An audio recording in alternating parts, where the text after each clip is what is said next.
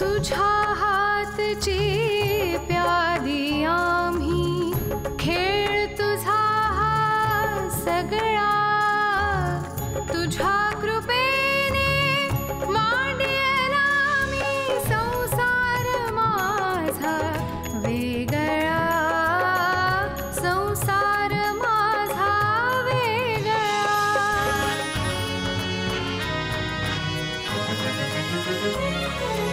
तोडून पाश मायेचे घेऊन श्वास मोकळा सानुल्या घरट्यातला संसार माझा वेगळा संसार माझा वेगळा. मला वाटतं तू जावंस ऑफिसमध्ये. नाही रे सिद्धेश, कारण मी ऑफिसला गेले ना तर जेडी मला कमिट करायला लावेल की मी पॅरिसला यायला तयार आहे. आणि एकदा का कमिटमेंट दिली तर मी 15 दिवस त्याच्याबरोबर बाहेर. पण तुला एवढं का टेन्शन येतंय त्याचं? का तुला येत नाहीये? पण मी म्हणते तुम्ही एवढं मला छळता कशाला? काय ग, उठ सूट त्या शेजारच्या माणसाकडे काय काम असतंय ग तुझं? हा, माणसाकडे नाही, मैत्रीण आहे माझी तिथे. ओय ओय ओय, तिथं तुझी मैत्रीण आहे का मित्र आहे हे मला बरोबर ठाऊक आहे. मला जरा तुझ्याशी महत्त्वाचं बोलायचंय रुजू. काय झालं ग? तुझ्या डॅडींना कळलंय की तुझ्या नवऱ्याने नोकरी सोडली आहे म्हणून. हो, म्हणजे त्यांनी राजीनामा दिलाय. का? त्याचं मन नाही रमत त्या नोकरीत म्हणून. कोण मन रमत नाही याला काय अर्थ आहे? अरे पण काय प्रॉब्लेम काय आहे? प्रॉब्लेम म्हणजे तुझ्या दृष्टीने प्रॉब्लेम होऊ शकतो. माझ्या दृष्टीने काय प्रॉब्लेम होणार आहे? माझी चांगली नोकरी चालू आहे की. हो, पण आता तूच म्हणालीस ना की तुला पॅरिसला जावं लागणार आहे, तुझा बॉस तुझ्या मागे लागलाय म्हणून. हो, पण म्हणून. एक मिनिट मम्मी, तू नक्की कशासाठी आलीयस? मी तुला सावध करायला आली रुजुता.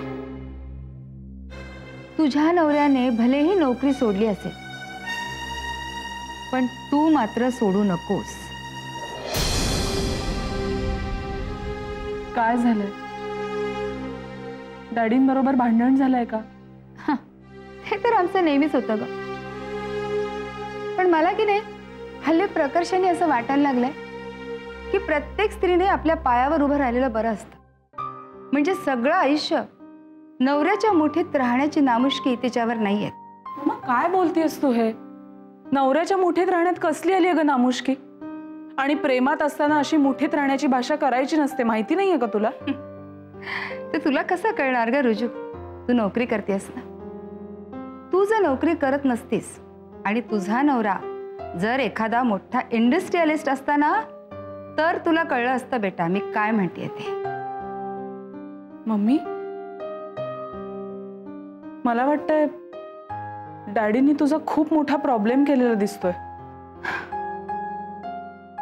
तुला काय सांगू रुजुता, मला की नाही प्रत्येक गोष्टीमध्ये तुझ्या डॅडींची परमिशन काढावी लागते. तुला भेटण्यासाठी सुद्धा तुझ्या डॅडींची परमिशन घ्यावी लागते. मला आता हे सगळं असह्य होतंय का? पण यातून माझी सुटका नाहीये, कारण आता माझं वय उलटत चाललंय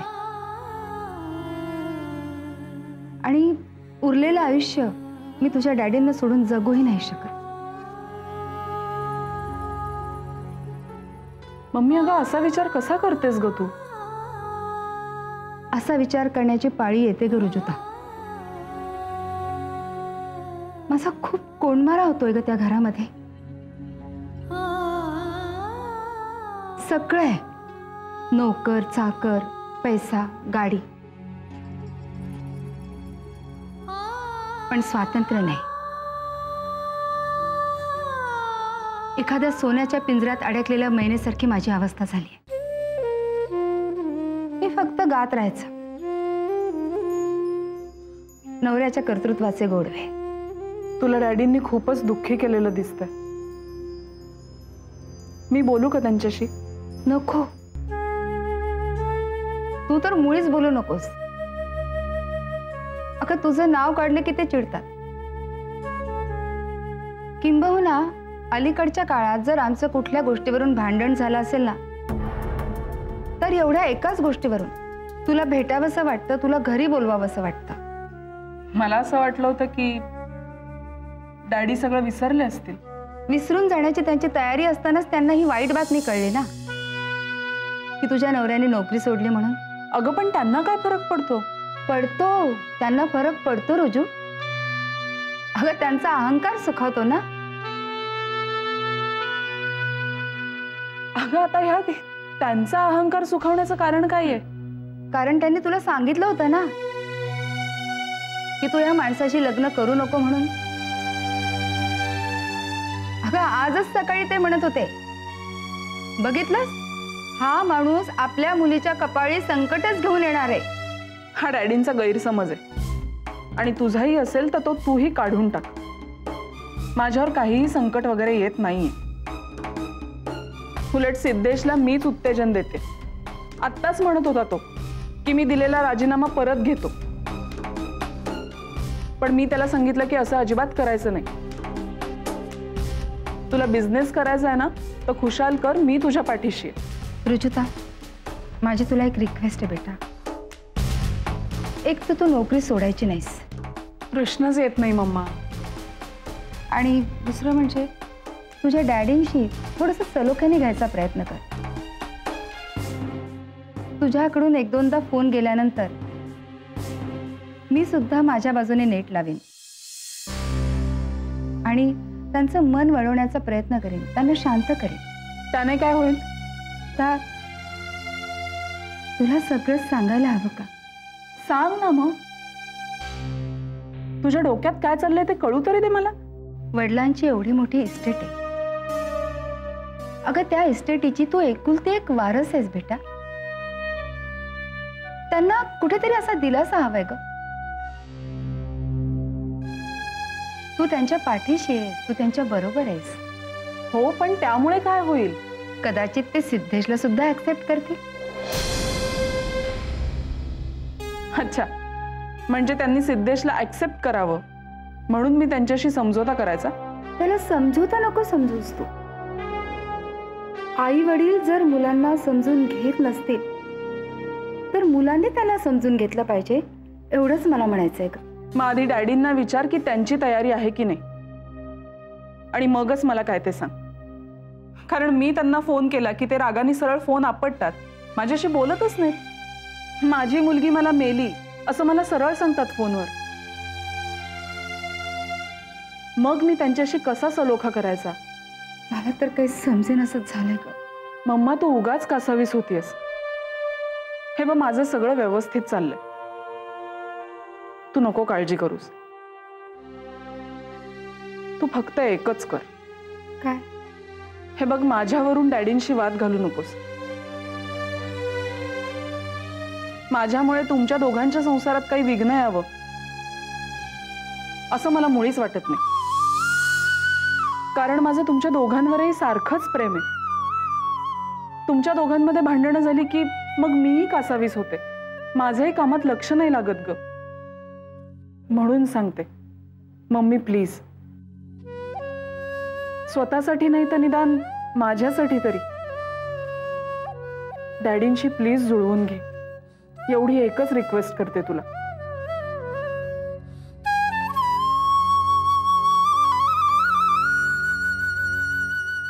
संसार माझा वेगळा.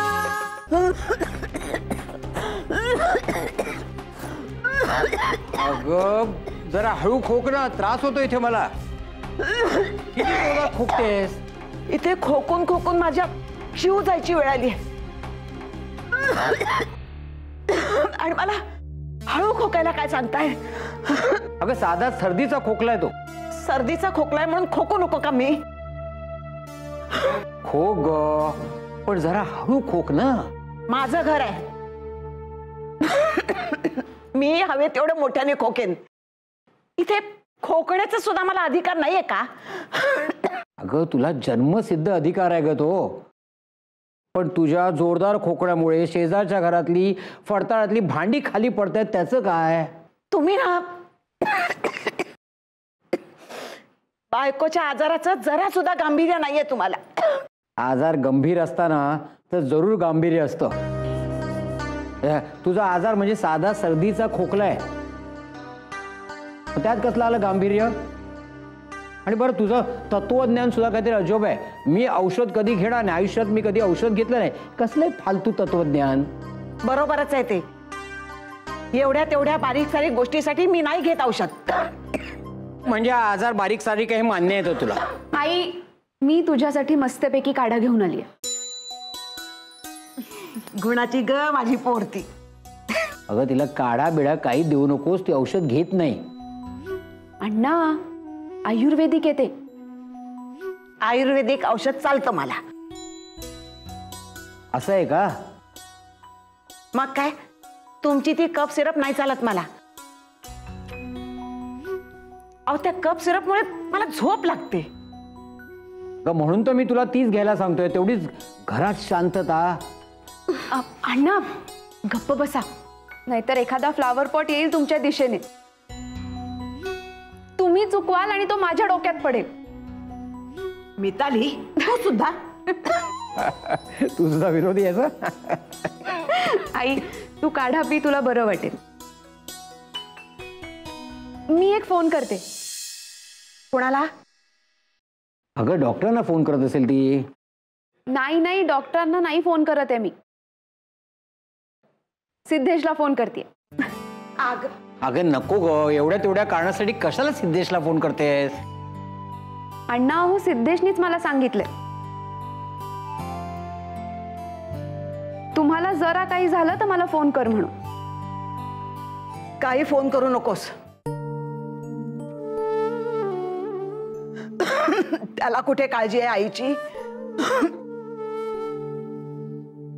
आई अगं असं काय म्हणतेस? 1 मिनिट, बेल वाजते.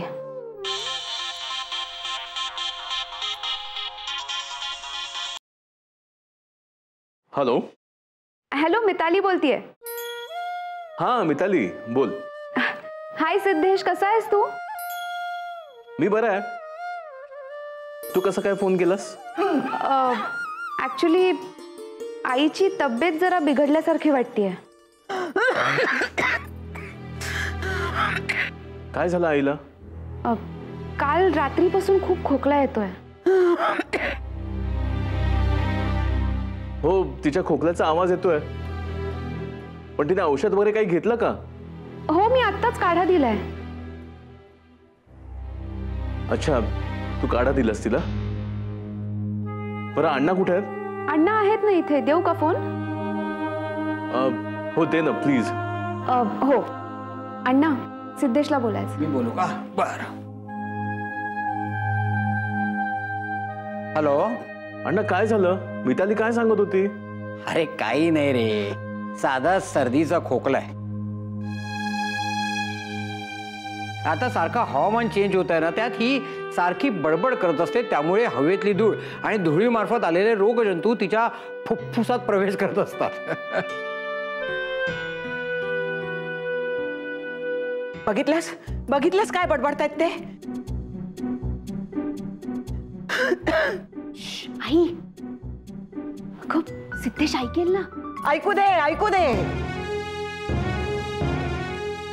त्याला म्हण, माझी काही काळजी करू नकोस, मी बरी आहे. माझं काही बरं वाईट झालं ना तरी काही चिंता करू नकोस. तू आणि तुझी बायको सुखाना संसार करा. आई काय बडबडते हो अण्णा? नाही रे, नाही, ती बिचारी गप्प बसली एकदम. इथे टीव्हीवर कसली तरी सिरियल चालू आहे आणि तिकडे सून काहीतरी सासूला सून होते का सासू काहीतरी सुनेला सून होते. अण्णा तुम्ही एखादी सिरियल का प्रोड्यूस करत नाही? कारण कुठलाही प्रसंग तुम्ही सिरियल मधल्या असल्यासारखं सांगता मला. काही नाही रे सिद्धेश, थोडी गंमत. प्रत्येक गोष्टीने आपण घाबरून जायचं नसतं. आपण प्रत्येक गोष्ट गांभीर्याने घेतो ना, तिथेच आपलं चुकतं. हे तुझ्या आईलाही कधी कळलं नाही आणि मलाही कधी कळलं नाही. कळलं अण्णा, कळलं. आईने बहुतेक तुमच्या मागे उभा राहून फ्लावर पॉट उचललेला दिसतोय. नाही रे नाही, तिच्या हातात फ्लॉवर पॉट आहे, पण त्या फ्लॉवर पॉट मधलं गुलाबाचं फूल काढून ती त्याचा वास घेते. फ्लॉवर पॉट काय नाही. ठेवा फोन तो खाली. अच्छा सिद्धेश, मी तुझा फोन ठेवतो. कारण काय तुझ्या आईलाही काय ते तुझ्याशी बोलायचं, पण तिला तो खोकल्यामुळे त्रास होतोय ना, म्हणून बोलता येणार नाही. ठेवू मी? अण्णा मी येऊ का हो आईला बघायला? अरे नाही नाही, काही गरज नाही आहे त्याची. हा आपली मिताली आहे ना, ती काळजी घेणारच आहे तिची. अण्णा एक मिनिट. आता काय झालं? सिद्धेश, तुला यायचं असेल तर तू ये. त्यानिमित्ताने आपली भेट होईल. ओके मिताली, मी बघतो मला कसं जमेल ते. पण आईची ख्याली खुशाली मला वेळोवेळी कळवत जा. नक्की कळेल. रुजुता आहे का तिथे? नाही ग, रुजुता घरी नाहीये. Oh no. बरं मग तू रुजुताचा मोबाईल नंबर SMS कर ना मला. ओके,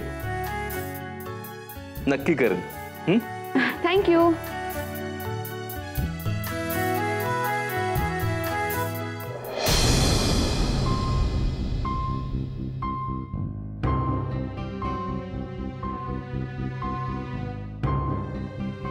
ऑफिसने माझ्याकरता अर्जंट गाडी पाठवली आहे.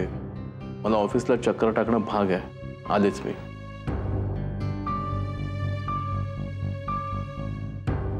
संसार माझा वेगळा. हाय आशा. अगं आलीस तू?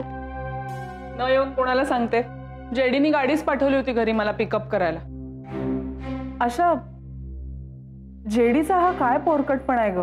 अगं पोरकटपणा नाहीये, तो रेस्टलेस झालाय. का? त्याला आता टेन्शन आले की पॅरिसला तू जर त्याच्याबरोबर गेली नाहीस तर त्याला तिथे तोंड दाखवणं मुश्किल होईल. आता मी त्याला फायनलच सांगून टाकणार आहे की मला नाही यायचंय पॅरिसला. जरा नीट विचार करून सांग. तो अत्यंत भडकू डोक्याचा मनुष्य. त्याच्यापेक्षा मी जास्त भडकू आहे.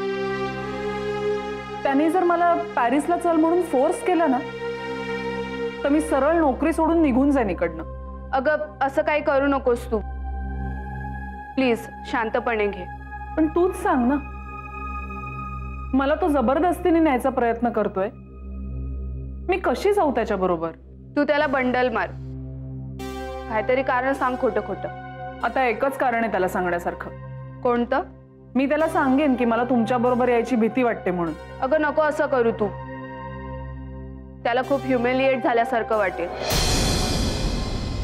कुठल्याही मुलीने त्याला असं डायरेक्ट सांगितलं नव्हतं. पण ह्याला काही अर्थ आहे का? आलीस तू? Yes JD. काय ग, तू स्वतःला कोण समजतेस? म्हणजे तुला ऑफिसमध्ये येण्याकरता गाडी पाठवायची वेळ येते. पण मला यायचं नव्हतं ऑफिसला. पण का? काय झालंय काय तुला? जेडी, माझी तब्येत बरी नाहीये. काय झालं तुझ्या तब्येतीला? सांग ना. मी सगळ्या टॉपच्या डॉक्टर्सना इथे उभं करतो. त्याची काहीच गरज नाही. मला एक दिवस सुद्धा रजा घेण्याचा अधिकार नाहीये का या कंपनीमध्ये? अधिकार आहे, पण तो खोट्या कारणास्तव नाही. मी सांगितलेलं कारण खरं आहे की खोटं आहे हे तुम्ही कसं ठरवता? तुझ्या डोक्यामध्ये जे पॅरिसला न जाण्याचं भूत शिरलंय ना, त्याच्यामुळे तुझी तब्येत बिघडते. मला कळत नाही. बरं झालं तुम्ही विषय काढलात ते. जेडी, मला नाही यायचंय पॅरिसला.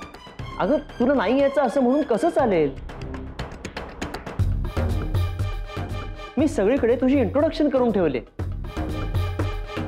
तिथले सगळे लोक तुझ्याशी डिस्कस करण्यासाठी उत्सुक आहेत. अहो माझ्याबरोबर ते जे काही डिस्कस करणार आहेत ते सगळे पॉइंट्स तुम्ही डिस्कस करा आणि वेळ निभावून द्या ना. आपण पुढल्या खेपेला बघू please. There will be no पुढली खेप अँड ऑल. या खेपेला जर तू माझ्याबरोबर आली नाहीस तर आपला इंटरनॅशनल बिझनेसचा चॅप्टर क्लोज होण्याची शक्यता आहे. अतिशयोक्ती करताय. अतिशयोक्ती? तुला दाखवतो मी नेटवर त्या लोकांचं काय म्हणणं आहे ते. They are very excited that you are coming. But I am not going there. हे बघ, तुला जर घरून काही अडचण असेल तर मी येतो तुझ्या नवऱ्याला भेटायला. ओ हो जेडी, तुम्हाला कळत कसं नाहीये? मला नाही यायचंय पॅरिसला. That is as simple as that. No, it cannot be as simple as that. बरं, तुझं काय म्हणणं आहे ते सांग. मी बोलतो ना तुझ्या नवऱ्याशी. त्याची काहीच गरज नाहीये.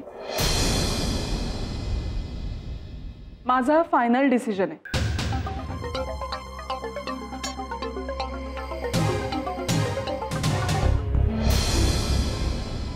तुम्ही दोघं गप्पा मारत बसा, मी आत आहे. नाही नाही, तुमच्याकडे म्हणजे खास तुमच्याकडे आलो. जेडी, सिद्धेशकडे काय काम काढलं? सिद्धेश नाही म्हणायचं नाही. पण कशाला? तुम्हाला मी माझ्या कंपनीमध्ये नोकरीसाठी ऑफर द्यायला आलोय.